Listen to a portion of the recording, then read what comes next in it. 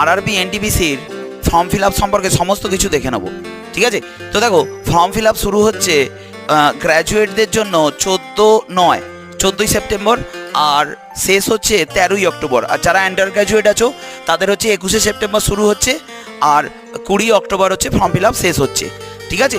এই পরীক্ষায় ম্যাথের কোশ্চেন থাকবে 30টা, রিজনিংয়ের 30টা, জেনারেল অ্যাওয়ারনেস কটা থাকবে 40টা, আর সব মিলিয়ে প্রত্যেকটা প্রশ্নের মান 1।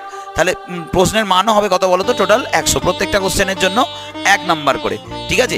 এই পরীক্ষাটা ডিউরেশন হচ্ছে 90 মিনিটস, আর ভুল করলে হবে 1/3 নেগেটিভ, মানে 3টে ভুল করলে 1 নাম্বার কাটা যাবে, ঠিক আছে? তো এই পরীক্ষাটা দিতে গেলে তোমাদের প্রিভিয়াস ইয়ার কোশ্চেন ভালো করে প্র্যাকটিস করতে হবে, দেখতে হবে কিরকম কি কোশ্চেন আসে। সেকেন্ড দেখো, CBT 1 কোয়ালিফাই করলে হবে CBT 2 পরীক্ষায় দেখো ম্যাথের কোশ্চেন 35টা, রিজনিং 35টা, আর 50টা, টোটাল 120 নাম্বারের হবে। সময় কিন্তু